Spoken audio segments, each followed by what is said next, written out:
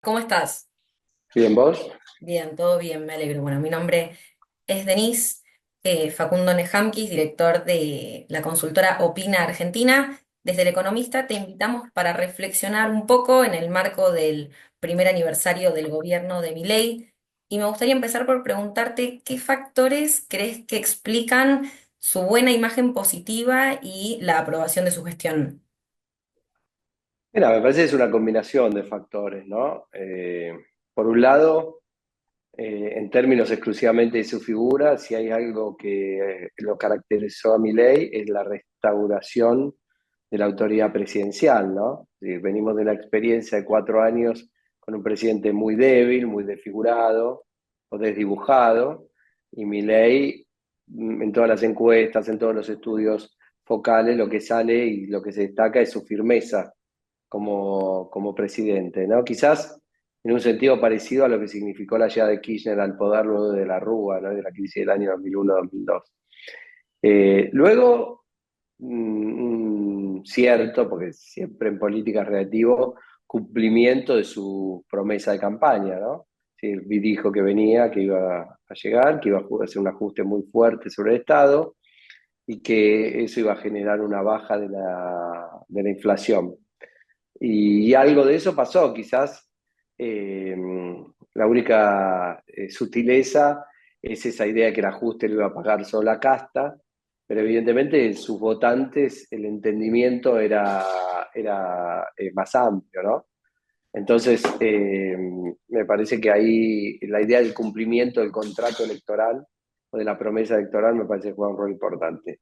Y después, que han sucedido dos hechos que son muy importantes para un país que venía de varios años de inestabilidad económica, que son por un lado la baja de la inflación y por el otro lado la estabilidad del dólar, ¿no?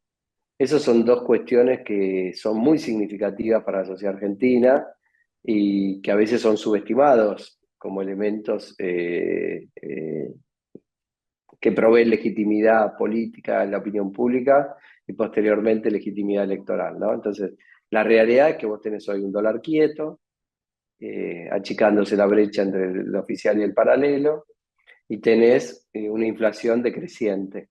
Bueno, creo que esos factores han jugado un rol clave en el mantenimiento de la imagen con la cual Milei llegó al poder, ¿no? Entonces, ves un presidente que salvo algún breve periodo de 2, 3 meses entre junio, agosto y septiembre, después se ha mantenido en los mismos valores durante todo el año y lo destacable es que lo ha hecho en el marco de un proceso de ajuste muy, muy grande, muy severo, ¿no? En relación con este ajuste y con el cumplimiento de las promesas que hablabas, desde la campaña él era muy claro en propuestas de corte neoliberal que hacían pensar que podría llegar a haber una fuerte reacción de la calle, movilizaciones, paros generales o en la forma que fuera, y finalmente no sucedió. ¿Eso se explica por estos mismos factores que nombrabas? ¿Hay algo más que mencionar? En parte sí, en parte porque su decisión política y su firmeza le permitió tomar una serie de medidas que dieron cierta paz social en la calle, ¿no? Y también alguna negociación. A ver, en términos de medidas, el protocolo antipiquete, sin duda. Luego, el retiro de la mediación de las organizaciones sociales en la provisión de los planes sociales. Y por qué no, de manera más informal, la amenaza de las denuncias a los movimientos piqueteros sobre el uso de planes sociales, ¿no? Y del descubrimiento de acciones reñidas con lo legal. Eso me parece que ha surtido un efecto disciplinador sobre las organizaciones sociales y ha despejado el espacio público. Y luego me parece que también, no es menor, canales de negociación abiertos con la CGT, con las organizaciones gremiales, con las principales organizaciones gremiales, que se expresa en la falta de apoyo del gobierno a algunos proyectos que circulan por allí vinculados a cambios en la reglamentación y en la forma en que tienen las organizaciones sindicales. Evidentemente, el gobierno en ese sentido ha comprado paz social y creo que me parece inteligente cuando vos estás haciendo un ajuste de estas características, garantizar la paz social es uno de los valores más importantes, ¿no? Y volviendo al tema de la imagen, ¿hay algún sector de la sociedad que explique mejor que otro este sostenimiento de la imagen, ya sea edad, género, lo que fuera? Bueno, en ese sentido se mantienen los mismos valores o valores parecidos en los cuales lo llevaron a Milei al poder, ¿no? Es decir, su base de sustentación es mayoritariamente varones, mayoritariamente jóvenes, muy fuerte en el interior del país, en zonas donde antes era predominante fuerte el peronismo, pero también en la zona central, donde solía ganar Juntos por el Cambio.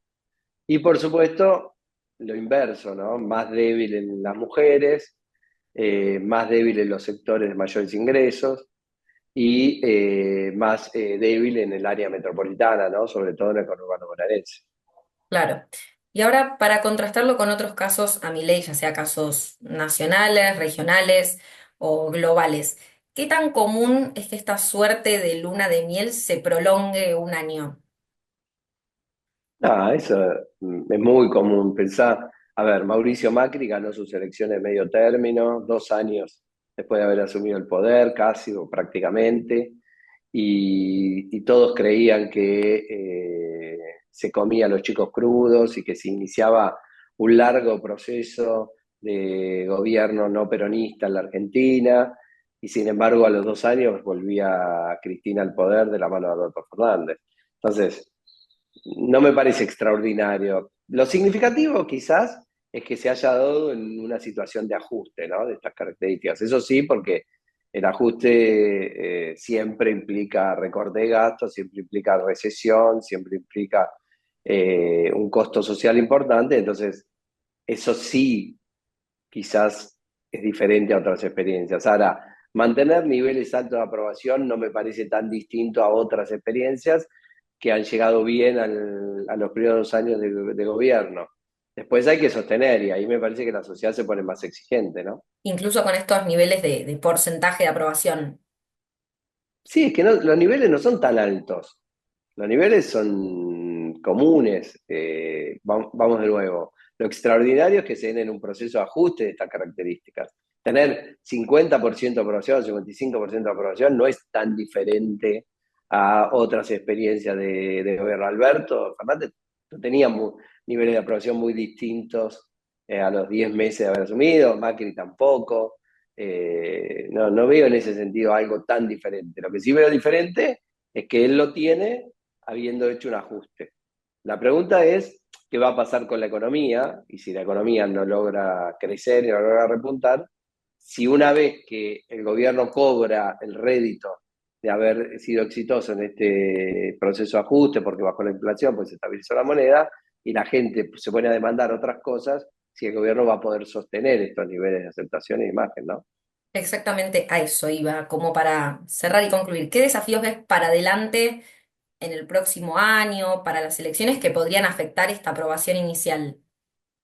No, a mí me da la sensación que es ceteris paribus, como decimos como se dice en ciencia, si se mantienen las variables constantes, es decir, si el gobierno continúa la inflación descendiente, si el gobierno continúa eh, manteniendo la estabilidad del tipo de cambio, es difícil pensar que el gobierno no tenga un buen año en términos electorales, aún con una situación económica con comportamiento dispar y con muchos sectores, sobre todo de la industria y del consumo masivo, en estado de amesetamiento recesivo, por decirlo de alguna manera.